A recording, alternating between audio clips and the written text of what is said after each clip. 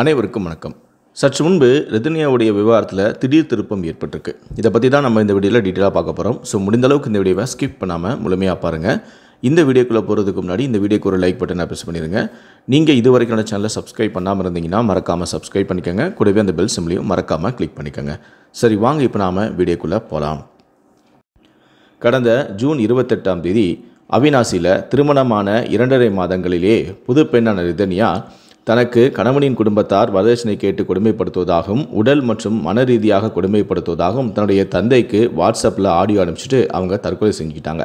இது தொடர்பாக ரிதன்யாவுடைய கணவரான கவின்குமார், மாமனான ஈஸ்வரமூர்த்தி, மாமியான சித்ராதேவி 3 பேரையும் கைது செஞ்சாங்க.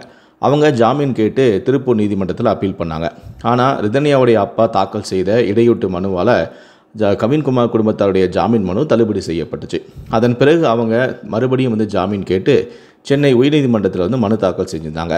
இந்த மனுவானது கடந்த ஜூலை 30ஆம் தேதி விசாரணைக்கு வரதாக இருந்துச்சு. ஆனால் அன்னைக்கு அரசு தரப்பு வக்கீல் வேறு ஒரு கேஸில் ஆஜராக இருந்ததால் அவரால் அன்னைக்கு வர முடியாமல் போச்சு. அதனால் அந்த வழக்கு மறுநாள் ஜூலை 31ஆம் தேதி அந்த வழக்கானது விசாரணைக்கு வந்துச்சு. அந்த மனுவானது விசாரணைக்கு வந்துச்சு. அப்போது கவின்குமார் குடும்பத்தினர் தரப்பில் வழக்கறிஞரான சத்யன் ஆஜராகி வாதாடினார். அவர் சொல்லும்போது என்ன சொல்லியிருந்தார்னா, ரிதன்யாவுக்கும் கவின்குமாருக்கும் 2 வீட்டாளரோட சம்மதம் தான் திருமணம் நடந்துச்சு. 2 பேருமே பொருளாதாரத்தில் சரிசமமான நிலைமையில் இருக்கிறதால கவின்குமார் குடும்பத்தார் ரிதன்யாவோட குடும்பத்தார்கிட்ட வரதட்சணை கேட்கவே இல்லை. அவங்களுக்கு பண தேவைக்கான அவசியமே இல்லை. அவங்கக்கிட்டே கோடி கோடியாக பணம் இருக்குது. அதனால் ரிதன்யா குடும்பத்துக்கிட்டேருந்து அவங்க பணத்தை எதிர்பார்க்கவே இல்லை அப்படிங்கிற மாதிரி சொன்னார். அது மட்டும் இல்லை, ரிதன்யாவுடைய மருத்துவ அறிக்கையும் சரி, ஆடியோ அறிக்கையும் சரி கவின்குமார் தரப்புக்கு ஆதரவாக தான் இருக்குது, அவங்களுக்கு எதிராக இல்லை. அதனால் கவின்குமார் குடும்பத்தாருக்கு ஜாமீன் கொடுக்கணும் அப்படின்னும், ரிதன்யா ஏற்கனவே 3 ஆண்டுகளுக்கு முன்பே அவங்க தற்கொலைக்கு முயன்றாங்க அப்படின்னும் வழக்கறிஞரான சத்யன் நீதிமன்றத்தில் வாதாடினார். இதை அடுத்து ரிதன்யாவுடைய தந்தை தரப்பில் மூத்த வக்கீலான ராஜராஜன் ஆஜராகி வாதாடினார். அப்போ என்ன சொன்னார்னா, கணவர், மாமனார், மாமியார் 3 பேருமே சேர்ந்து ரிதன்யாவுக்கு உடல் ரீதியாகவும் மன ரீதியாகவும் கொடுமை கொடுத்தாங்க. அந்த கொடுமை தொடர்ந்துகிட்டே இருந்ததால தான் அவங்க மனவேதில் தன்னுடைய வாழ்க்கையை முடிச்சுக்கிட்டாங்க. அவங்க வெளியே வந்தாங்கன்னா சாட்சிகள் எல்லாம் கலைச்சிருவாங்க. அவங்கக்கிட்ட பண பலமும் இருக்குது, அரசியல் பலமும் இருக்குது. அதனால் அவங்களுக்கு ஜாமீன் கொடுக்கக்கூடாது அப்படின்னு சொல்லி அவர் வாதாடினார். ரிதன்யாவுடைய இந்த தற்கொலை முடிவுக்கு அவரது கணவரும் அவருடைய கணவனின் குடும்பத்தாரும் தான் ஒரு காரணம் அப்படின்னு சொல்லிட்டு ஜாமீன் வழங்கக்கூடாது அப்படின்னு சொல்லி அவர் முறையிட்டார். அதன் பிறகு காவல்துறை தரப்பில் ஆஜரான அரசு வக்கீலான சந்தோஷ் என்ன சொன்னார்னா, ரிதன்யாவுடைய வழக்கில் வருவாய் கோட்டாட்சியர் ஆடியோ விசாரணைக்கு உத்தரவிடப்பட்டுச்சு. அவர் விசாரணை நடத்தி வரதட்சணை கொடுமை எதுவுமே நடக்கலை அப்படின்னு சொல்லி அறிக்கையை அளிச்சிருக்காரு. அதே போல் பிரேத பரிசோதனை அறிக்கையிலும் ரிதன்யா உடல் ரீதியாக துன்புறுத்தப்படலை அப்படின்னு சொல்லி முதல் கட்டமாக தெரிய வந்திருக்கு அப்படின்னு சொல்லிட்டு அந்த அறிக்கையை சொன்னார். மேலும் தடவியல் அறிக்கையை இன்னும் 2 வாரத்துக்கு அப்புறமா வந்துடும் அப்படின்னு சொல்லிட்டு அதுக்காக தான் நாங்கள் வெயிட் பண்ணிக்கிட்டு இருக்கோம் அப்படின்னு சொல்லி அரசு வக்கீலான சந்தோஷ் தெரிவித்தார். உடனே நீதிபதி பிரேத பரிசோதனை அறிக்கையை பார்க்கும்போது அதில் உடல் உள் உறுப்புகளுடைய ஆய்வறிக்கைகள் அதில் இல்லை. அவங்க எப்போ விஷம் சாப்பிட்டாங்க, எந்த விஷத்தை சாப்பிட்டாங்க, அதனால் அவங்க உடலில் எந்த பாதிக்கப்பட்டிருக்கு அப்படிங்கிற மாதிரி ஆய்வறிக்கைகள் இல்லை. ஆனால் முதல் பார்க்கக்கூடிய அந்த ஃபஸ்ட்டு மேல்நோட்டமாக பார்க்கக்கூடிய அந்த பிரேத பரிசோதனை அறிக்கையில் அவங்க உடலில் எந்த விதமான காயங்களும் இல்லை, அந்த மாதிரி ரிப்போர்ட் இருந்துச்சு. அப்போ இந்த ரிப்போர்ட் இன்னும் முழுமை அடையலை. அப்போ இந்த ரிப்போர்ட் எனக்கு இன்னும் முழுமையாக வரணும் அப்படின்னு சொல்லிட்டு அதை இன்னும் 2 வாரத்தில் சப்மிட் பண்ணணும் அப்படின்னு சொல்லிட்டாரு. அது போக இப்போ ரிதன்யாவுடைய அவங்களுடைய ஃபோனில் இருந்து மட்டும்தான் பேசி அவருடைய தந்தைக்கு ஆடியோ அனுப்பப்பட்டதா, அது உண்மைதானா அப்படின்னு சொல்லி கேட்கும்போது ரிதன்யாவுடைய ஃபோனில் இருந்து தான் அந்த ஆடியோ போயிருக்கு, அது உண்மைதான் அப்படிங்கிற மாதிரி அந்த தரப்புலேருந்து, அதாவது அரசு வக்கீல் கோர்ட்டை சொன்னார். மேலும் தற்போது ரிதன்யாவுடைய செல்ஃபோனையும் கவின்குமாருடைய செல்ஃபோனையும் நாங்கள் 2 பேருமே இப்போ அதை ஆய்வு செஞ்சுக்கிட்டு இருக்கோம். அது போக நாங்கள் ரிதன்யாவுடைய குடும்பத்தார், கவினுடைய குடும்பத்தார், அவங்க யூஸ் பண்ண சமூக வலைத்தளங்கள், இது எல்லாமே நாங்கள் ஆய்வுகளை உட்படுத்திக்கிட்டு இருக்கு. இந்த தடவியல் ஆய்வறிக்கை இன்னும் 10 நாளில் எங்களுக்கு வந்துடும் அப்படின்னு சொல்லிட்டு அரசு தரப்பு வக்கீல் சொன்னார். சரி, 10 நாளைக்கு கூட ஒரு 4 நாள் சேர்த்து 14 நாளாக எடுத்துக்கோங்க அப்படின்னு சொல்லிட்டு இந்த வழக்கை ஆகஸ்ட் 15ஆம் தேதிக்கு ஒத்தி வச்சு நீதிபதி அதிரடியான உத்தரவையும் பிறப்பித்தார். இந்த சம்பவம் எல்லாமே கடந்த ஜூலை மாதம் 31ஆம் தேதி நடந்துச்சு. ஆனால் இந்த ஜூலை மாதம் 31ஆம் தேதி இந்த ஜாமீன் வழக்கானது விசாரணைக்கு வர்றதுக்கு முன்னாடியே ரிதன்யாவுடைய தந்தை பல விஷயங்களை செஞ்சுருந்தார். அது அவருக்கு ஏற்றாத மாதிரி நடக்காததால தான் அடுத்தடுத்து வேறு சில விஷயங்களையும் அவர் செஞ்சுருக்காரு அப்படின்னு சொல்லிட்டு பல அதிர்ச்சிகரமான தகவலை ஒரு பிரபலமான பத்திரிகையாளர் தற்போது வெளியிட்டிருக்காரு. அதாவது ரிதன்யா கவின்குமாருடைய ஜாமீன் மனுவானது 30ஆம் தேதி வந்து வழக்கு வந்து விசாரணைக்கு வர இருந்துச்சு. ஆனால் அதற்கு முன்னாடியே இதை வந்து ஒரு பெரிய இஷ்யூ ஆக்கணும் அப்படின்னு சொல்லிட்டு கடந்த ஜூலை 29ஆம் தேதி அன்று சென்னை சிவானந்தா சாலையில் ரிதன்யாவுக்கு ஆதரவாக வந்து ஒரு போராட்டம் நடத்த வந்து முடிவு பண்ணியிருந்தாங்க. ரிதன்யாவுடைய வழக்கில் வந்து கடுமையான நடவடிக்கை எடுக்கணும், குற்றவாளிகள் வந்து தப்பிச்சு விடக்கூடாது, இது போன்ற வரதட்சணை கொடுமைகள், பாலியல் வன்கொடுமைகள் எல்லாம் முற்றிலுமாக ஒழிக்கப்படணும் அப்படின்னு சொல்லிட்டு இதை அடிப்படையாக வச்சு ஒரு போராட்டம் நடத்த வந்து திட்டமிட்டிருந்தாங்க. இதை வந்து இந்து அதிரடிப்படை தலைவரான ராஜகுருடைய தலைமையில் தான் இந்த போராட்டம் நடத்த திட்டமிட்டு இருந்துச்சு. ஆனால் இந்த போராட்டம் நடத்தக்கூடாது அப்படின்னு சொல்லிட்டு வேறு ஏதோ ஒரு வழக்கில் அவரை வந்து அன்னைக்கு கைது பண்ணிட்டாங்க. அது மட்டும் இல்லை, பிணையில் வெளியே வர முடியாத அளவில் ஒரு வழக்கு பதிவு செஞ்சு அவரை புழல் சிறையில் அடைச்சிட்டாங்க. இந்த மாதிரி போராட்டம் நடத்தணும் அப்படின்னு சொல்லிட்டு ரிதன்யாவுடைய தரப்பு வந்து முடிவு பண்ணியிருந்தாங்க. ஆனால் அவரை கைது பண்ணி ஜெயிலில் அடைச்சதால தான் ரிதன்யாவுடைய தந்தை வந்து அந்த கட்சியை சேர்ந்த ஒரு சிலரை அடைச்சிக்கிட்டு நேரடியாக தலைமைச் செயலகத்துக்கு மறுநாள் போனார். அதுக்கப்புறம் வந்து சென்னையில் இருக்கக்கூடிய டிஜிபியையும் போய் பார்த்து அவர்கிட்டையும் வந்து புகார் மனுவை கொடுத்தாங்க. ரிதன்யாவுடைய தந்தை வந்து ஒரு விளம்பர பெரியார், எப்படியாவது ஒரு வகையில் தனக்கு வந்து விளம்பரத்தை தேடிக்கிட்டே இருக்கிறாரு அப்படின்னு சொல்லிட்டு ஒரு பிரபலமான பத்திரிகையாளரும் ஒரு யூடியூபராக இருக்கக்கூடிய ஒரு பிரபலமான பத்திரிகையாளர் வந்து இந்த அடுக்கடுக்கான குற்றச்சாட்டுகளை வந்து முன்வைக்கிறாரு. மேலும் அவர் வந்து இந்த வழக்கில் புரோக்கர் வந்து ஒரு எதிர்பாராத ஒரு திருப்பத்தை ஏற்படுத்தியிருக்காரு. இந்த கல்யாணம் நடக்கிறதுக்கு காரணமான புரோக்கர் வந்து சில உண்மைகளை வந்து காவல்துறைக்கிட்ட வந்து சொல்லியிருக்காரு அப்படிங்கிற மாதிரி அந்த பத்திரிகையாளர் சொல்கிறாரு. அவர் என்ன சொல்கிறாருன்னா, புரோக்கரை கூப்பிட்டு வந்து போலீஸார் வந்து விசாரணை நடத்தினாங்களாம். இந்த கல்யாணத்தை நடத்தி வச்ச புரோக்கரை கூப்பிட்டு விசாரணை நடத்தினாங்களாம். அப்போ அவர் வந்து சொன்னாரா, கவின் குடும்பத்தார் வந்து ரொம்ப நல்லவங்க, மாமனார் மாமியார் ரொம்ப நல்லவங்க, ஆனால் அந்த பையன்தான் கொஞ்சம் சரியில்லை, ஆள் ஒரு மாதிரியாக நடந்துப்பான் அப்படிங்கிற மாதிரி சொல்லியிருக்காராம். என்ன நீங்கள் வந்து கவின்குமார் அப்படி இப்படின்னு சொல்லிங்களே, உங்களுக்கு எப்படி தெரியும், நீங்கள் அந்த வீட்டில் போய் பார்த்தீங்களா, இல்லை அவர் உங்ககிட்ட அந்த மாதிரி எதாவது நடந்துக்கிட்டாரா அப்படின்னு சொல்லி கேட்கும்போது, இல்லை நான் அந்த வீட்டுக்கெலாம் போய் பார்க்கல, அவர்லாம் என்கிட்ட நடந்துக்கல, நான் ரிதன்யாவுடைய ஃபேமிலி வந்து சொல்கிறத வச்சு நான் சொல்கிறேன் அப்படிங்கிற மாதிரி சொல்லியிருக்காரு. அதாவது இது வந்து இவரை கூப்பிட்டு போலீஸார் விசாரிப்பாங்கன்னு தெரிஞ்சே ரிதன்யாவுடைய குடும்பத்தாரும் ரிதன்யாவுடைய அப்பா வந்து அவரை கூப்பிட்டு இந்த மாதிரி மூல செலவை செஞ்சுருக்காங்க, அவர் அந்த பையன் தான் அப்படி, இந்த பையன் தான் இப்படி அப்படி இப்படின்னு அவர் வந்து இவர்கிட்ட வந்து பேசியிருக்காரு. அதே விஷயத்தை வந்து இவரை கொண்டு போய் போலீஸார்கிட்டையும் சொல்லிட்டாரு. போலீஸார் வந்து இப்படி கேட்ட உடனே அவர் தாங்க சொன்னார் அப்படிங்கிற மாதிரி அவர் வந்து உண்மையை சொல்லிட்டாரு. இதுவே வந்து ஒரு போலீஸாருக்கு வந்து ஒரு ஷாக்காக இருந்துச்சு.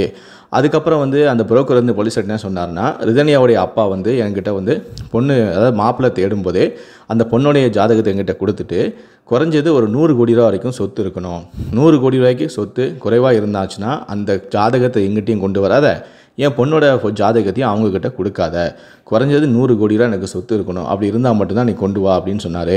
என்கிட்ட மட்டும் இல்லை, நிறைய பேர்கிட்ட அவர் வந்து கொடுத்துருப்பாரு, ஆனால் அவர் எல்லாருக்கிட்டையும் இதை தான் சொன்னார், 100 கோடி ரூபா குறைஞ்சது சொத்து இருக்கணும் அப்படின்னு சொன்னாங்க அப்படிங்கிற மாதிரி அந்த புரோக்கர் வந்து போலீஸார்கிட்ட வந்து ஒரு வாக்குமூலமாக கொடுத்துருக்காரு. மேலும் அந்த புரோக்கர் என்ன சொன்னார்னா, கவினுடைய குடும்பத்தார் வந்து இவ்வளோ பவுன் நகைப்படணும், அவ்வளோ பவுன் நகைப்படணும் கேட்கவே இல்லை, ரிதன்யாவுடைய அப்பா தான் வந்து என் பொண்ணுக்கு நான் இவ்வளோ செய்வேன், 300 பவுன் வந்து நான் வரதட்சணை கொடுப்பேன், அது செய்வேன், என் பொண்ணுக்கு இதை செய்வேன்னு அவரே தான் சொன்னாரே தவிர இவங்க வந்து எதுவுமே வந்து கேட்கல அப்படிங்கிற மாதிரி அவர் சொன்னாராம். அதே போல் இன்னொரு விஷயம் என்ன அப்படின்னா, கடந்த சில நாட்களுக்கு முன்னாடி ரிதன்யாவுடைய அம்மா வந்து நிறைய யூடியூப் சேனலுக்கு வந்து பேட்டி கொடுத்துருப்பாங்க.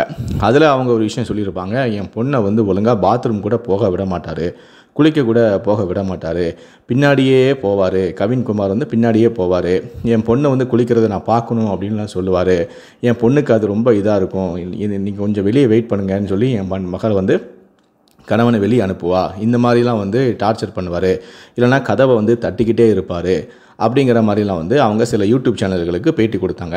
ஆனால் அவருடைய தந்தை வந்து கடந்த ஜூலை 31ஆம் தேதி டிஜிபி ஆஃபீஸர்லாம் போய் பார்த்துட்டு அதுக்கப்புறமா வந்து மனுவெலாம் கொடுத்து பேட்டி கொடுத்துட்டு அதுக்கப்புறமா அவர் தனியாக சில யூடியூப் சேனலுக்கு வந்து பேட்டி கொடுக்குறாரு.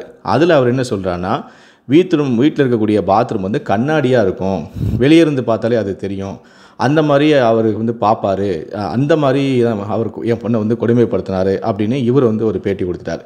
அம்மா வந்து பாத்ரூம் போய் வந்து கதவை தட்டி என் மகளுக்கு தொல்லை கொடுத்தான்னு சொல்கிறாரு. அப்பா வந்து பாத்ரூமே வந்து கண்ணாடி தான், அப்படி வெளியவே இருந்து பார்த்தாலே உள்ளே என்ன நடக்குதுன்னு தெரியும், அந்த மாதிரிலாம் வந்து இது பண்ணுறாங்க அப்படின்னு இவர் சொல்கிறாரு. இவங்க 2 பேருமே மாற்றி மாற்றி பேசுகிறாங்க அப்படிங்கிற மாதிரியும் ஒரு குற்றச்சாட்டை முன்வைக்கிறாரு. மேலும் அந்த பத்திரிகையாளர் வந்து இன்னொரு அதிர்ச்சியான தகவல் வந்து சொல்லியிருக்காரு. அதாவது சம்பவம் நடந்த அன்று ரிதன்யா வந்து தற்கொலை செய்து கொண்டு வாயில் நுரைத்தள்ளி நிலையில் சுயநலம் இல்லாமல் இருந்தபோது ஒரு நபர் அதை பார்த்து முதல்ல ரிதன்யாவுடைய அம்மாவுக்கு ஃபோன் பண்ணி தகவல் சொல்லியிருக்காரு. அதுக்கப்புறம் அந்த அம்மா வந்து ரிதன்யாவுடைய அப்பாவுக்கு ஃபோன் பண்ணி சொல்லியிருக்காங்க. அதுக்கப்புறம் ரிதன்யாவுடைய அப்பா வந்து சம்மந்தப்பட்ட அந்த நபருக்கு ஃபோன் பண்ணி பேசும்போது தான் இல்லைங்க உங்கள் பொண்ணு இறந்து போச்சு அப்படிங்கிறத அந்த தகவலை வந்து ரிதன்யாவுடைய அப்பா கிட்ட சொல்லியிருக்காரு. அந்த சமயத்தில் அங்கே வந்த ரிதன்யாவுடைய அப்பா வந்து ஆம்புலன்ஸில் வர சொல்லாமல் அவர் வந்து இறந்து போன சடலத்தை எடுத்துகிட்டு போகக்கூடிய அந்த ஆம்புலன்ஸ் மூலமாக தான் அந்த இடத்துக்கே வந்திருக்காரு. அதுக்கு முன்னாடியே வந்து போலீஸாருக்கும் தகவல் தெரிவித்து போலீஸாரும் அந்த ஸ்பாட்டுக்கு வந்துட்டாங்க. அதன் பிறகு ரிதன்யாவுடைய பாடியை வந்து எடுத்துகிட்டு போகும்போது நேராக ஜிஹெச்சுக்கு போங்க அப்படின்னு சொல்லி தான் போலீஸார் வந்து அவங்கக்கிட்ட சொல்லி அந்த வாகனத்தில் வந்து பாடியை ஏற்றி அனுப்பியிருக்காங்க. பின்னாடியே அவங்களும் வந்து ஃபாலோ பண்ணிட்டு வந்திருக்காங்க. ஆனால் என்ன நடந்துச்சுன்னு தெரியல, போகிற வழியில் திடீர்னு ஒரு இடது பக்கமாக திரும்பி தன்னுடைய வீட்டு பாதையை நோக்கி வண்டி போக ஆரம்பிச்சிட்டு இதை பார்த்து அதிர்ச்சியான போலீஸார் உடனடியாக அந்த வாகனத்தை புந்தி சொல்லி போய் ஜிஹெச்சுக்கு போகாமல் வேறு எங்கே போயிட்டுருக்கு அப்படின்னு சொல்லி கேட்டாங்க. அதுக்கு அந்த டிரைவர் வந்து இல்லைங்க இவங்க தான் வீட்டுக்கு கொண்டு போங்க அப்படின்னு சொன்னாங்க. அப்படின்னு சொன்னதுனே அந்த டிரைவரை பிடிச்சி திட்டி ஒழுங்கா நீ ஜிஹெச்சுக்கு கொண்டு போ அப்படின்னு சொல்லி சத்தம் போட்டு தான் அந்த ரிதன்யாவுடைய பாடியை வந்து ஜிஹெச்சுக்கே கொண்டு போனாங்க. ரிதன்யாவுடைய தந்தைக்கும் தன்னுடைய மக இந்த மாதிரி தற்கொலை பண்ணிப்பா அப்படிங்கிறது முன்கூட்டியே வந்து தெரிஞ்சிருக்கு. அதனால தான் அவர் வந்து இந்த விஷயம் பெரிய இஷ்யூ ஆகிடக்கூடாது, இது எப்படியா நம்மளே இது பண்ணி மூடி மறைச்சிடணும் அப்படின்னு சொல்லி தான் அவரே என்ன பண்ணியிருக்காருன்னா ஆஸ்பத்திரிக்கு கொண்டு போகாமல் தன்னுடைய வீட்டுக்கு எடுத்துகிட்டு போயிருக்காரு. தன்னுடைய மகள் வந்து தற்கொலை செய்யக்கூடிய பொண்ணு தான் அப்படிங்கிறது அவருக்கு தெரிஞ்சிருக்கு அப்படிங்கிற மாதிரி அந்த பத்திரிகையாளர் வந்து ஒரு குற்றச்சாட்டை முன்வைக்கிறாரு. அது போக அவங்களுக்குன்னு அதாவது ரிதன்யாவுடைய குடும்பத்தாருக்குன்னு ஒரு ஜோசியர் இருப்பார். ஸோ எதுவாக இருந்தாலும் அவங்கக்கிட்ட தான் வந்து சில எந்த முடிவுகளும் பேசி எடுக்கக்கூடியது வழக்கம். இதே போல் வந்து ஏற்கனவே வந்து ரிதன்யாவுக்கு பொள்ளாச்சியில் ஒரு மாப்பிள்ளை பார்த்துருக்காங்க.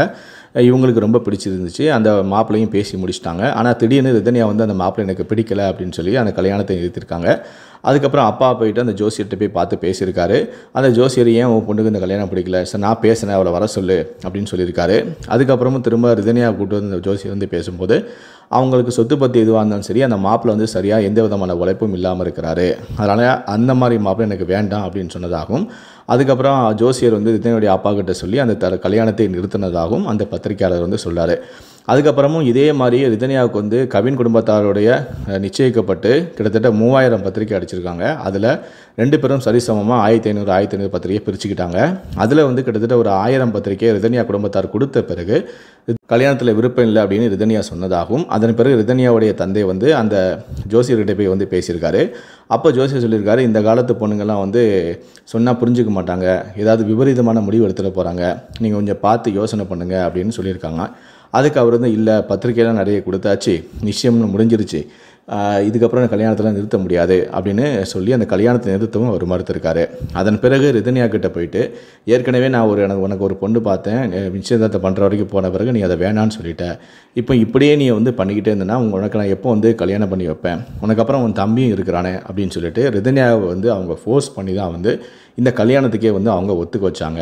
குறிப்பாக சொல்லணும்னா நீ இந்த கல்யாணத்துக்கு ஒத்துக்கலைன்னா நாங்கள் தற்கொலை பண்ணிப்போம் அப்படின்னு சொல்லி ரிதன்யாவை வந்து மிரட்டி தான் இந்த கல்யாணத்துக்கு வந்து ஒத்துக்க வச்சாங்க அப்படின்னு சொல்லிட்டு அந்த பத்திரிகையாளர் வந்து பல அதிர்ச்சிகரமான தகவலை வந்து இப்போ வெளியே சொல்கிறாரு. ஏற்கனவே வந்து கவின் குடும்பத்தார் மீது வந்து ரிதன்யா குடும்பத்தார் வந்து பல குற்றச்சாட்டுகளை வந்து முன் வச்சுருந்தாங்க. இப்போ வந்து பார்த்திங்கன்னா மருத்துவ அறிக்கையும் சரி வரதட்சணை கொடுமையும் இல்லை அப்படின்னு சொல்லிட்டு ரிப்போர்ட் வந்துருச்சு. இன்னும் தடவியல் ரிப்போர்ட் மட்டும் தான் வர வேண்டியது இருக்குது. அது இன்னும் ஒரு 10 நாட்களில் வந்துடும். கண்டிப்பாக வந்து இதுவும் கவின்குமார் குடும்பத்துக்கு ஆதரவாக தான் வரும். அவங்களுக்கு ஜாமீன் 100க்கு 100% வந்து கிடச்சிடும். அதுக்கப்புறம் தொடர்ந்து இந்த வழக்கு வந்து நடந்துகிட்டு இருக்கும் அப்படிங்கிற மாதிரி அந்த பத்திரிகையாளர் சொல்கிறாரு. மேலும் அந்த பத்திரிகையாளர் சொல்கிறாருன்னா ரிதன்யா வந்து தற்கொலை செய்கிறதுக்கு முன்னாடி அவருடைய அப்பா அம்மாவுக்கு வந்து ஒரு ஆடியோ பேசி அனுப்பிச்சிருக்காங்க. அந்த ஆடியோவே வந்து ஒரு ஃபேக் தான். அதாவது ரிதன்யா வந்து தன்னுடைய அம்மா அப்பாவை காப்பாற்றணும் அப்படிங்கிறதுக்காக வந்து பொய்யான குற்றச்சாட்டுகளை வந்து சொல்லியிருக்காங்க. கவின் குடும்பத்தார் மீது பொய்யான ஒரு குற்றச்சாட்டுகளை முன் வச்சு தான் அவங்க இந்த ஆடியோவை அனுப்பியிருக்காங்க. முந்திலாம் வந்து சொல்லுவாங்க குழந்தைகள் வந்து பொய் சொல்லாது அப்படின்னு. ஆனால் இந்த காலத்தில் இருக்கக்கூடிய குழந்தைகள்லாம் எந்த மாதிரியான பொய் சொல்லுவாங்கன்னு நமக்கே தெரியும். காலம் மாறி போச்சு. அதே மாதிரி தான் வந்து ரிதன்யாவும் வந்து தான் தற்கொலை செய்கிறதுக்கு முன்னாடி தன்னுடைய அம்மா அப்பாவுக்கு எந்த விதமான பாதிப்பும் வரக்கூடாது அப்படிங்கிறதுக்காக கவின்குமார் குடும்பத்தார் மீது வந்து இந்த மாதிரி ஒரு பொய்யான குற்றச்சாட்டை வச்சு ஆடியோவாக பேசி அனுப்பி அவங்க தற்கொலை பண்ணிக்கிட்டாங்க. ஆனால் இப்போ நடத்தக்கூடிய வந்து போலீஸாருடைய விசாரணையாக இருக்கட்டும், மருத்துவ அறிக்கையாக இருக்கட்டும், இது எல்லாமே வந்து ரிதன்யாவுடைய ஆடியோவுக்கு எதிராக தான் இருக்குது. அவங்க சொன்ன மாதிரி வரதட்சணை கொடுமைகள் எதுவுமே நடக்கலை அப்படின்னு சொல்லிட்டு இப்போ ஆடியோ வந்து ரிப்போர்ட் வந்து கொடுத்துட்டாங்க, அறிக்கையும் கொடுத்துட்டாங்க. அதே மாதிரி எனக்கு வந்து உடல் ரீதியாக வந்து என்னை கொடுமைப்படுத்தினாங்கன்னு சொல்லியிருந்தாங்க. உடல் ரீதியாகவும் உடலில் எந்த விதமான காயங்களும் இல்லை அப்படின்னு சொல்லிட்டு மருத்துவ அறிக்கையும் வந்துருச்சு. இனி வந்து உள் உறுப்புகளில் என்ன மாதிரியான பாதிப்புகள் இருக்குது அப்படின்னு தான் ஆய்வறிக்கை வரணும். ஆனால் முன்னாடியே உடம்புலாம் அவங்க அம்மா சொன்ன மாதிரி கடிச்சு வச்சாங்க அப்படி இப்படின்னு சொன்னாங்கல்ல, அந்த மாதிரிலாம் எந்த ஒரு விஷயமும் இல்லை அப்படிங்கிற மாதிரியும் மருத்துவ அறிக்கை வந்து வந்துருச்சு. வரதட்சணை அறிக்கையும் சரி, மருத்துவ அறிக்கையும் சரி, ரிதன்யாவுடைய ஆடியோவுக்கு எதிராக தான் இருக்குது. அதனால் ரிதன்யா வந்து பேசுனதுக்குள்ளாவே வந்து பொய் தான் அவங்களும் பேசியிருக்காங்க. அதனால் கூடிய சீக்கிரத்திலே வந்து கவின் குடும்பத்தார் வந்து வெளியே வந்துடுவாங்க அப்படிங்கிற மாதிரி அந்த பிரபலமான பத்திரிகையாளர் வந்து தன்னுடைய வீடியோ மூலமாக இது சொல்லியிருக்காரு. இந்த விஷயத்தை பற்றி உங்களுடைய கருத்துக்கள் என்ன அப்படிங்கிறத கீழே இருக்கக்கூடிய கமெண்ட் செக்ஷனில் மறக்காமல் சொல்லுங்கள். முடிந்தளவுக்கு இந்த வீடியோவை மற்றவங்களுக்கும் ஷேர் பண்ணுங்கள். மேலும் இது போன்ற பல வீடியோக்களை பார்க்கணும் அப்படின்னு நினச்சிங்கன்னா மறக்காமல் சேனலை சப்ஸ்கிரைப் பண்ணுங்கள். நன்றி, வணக்கம்.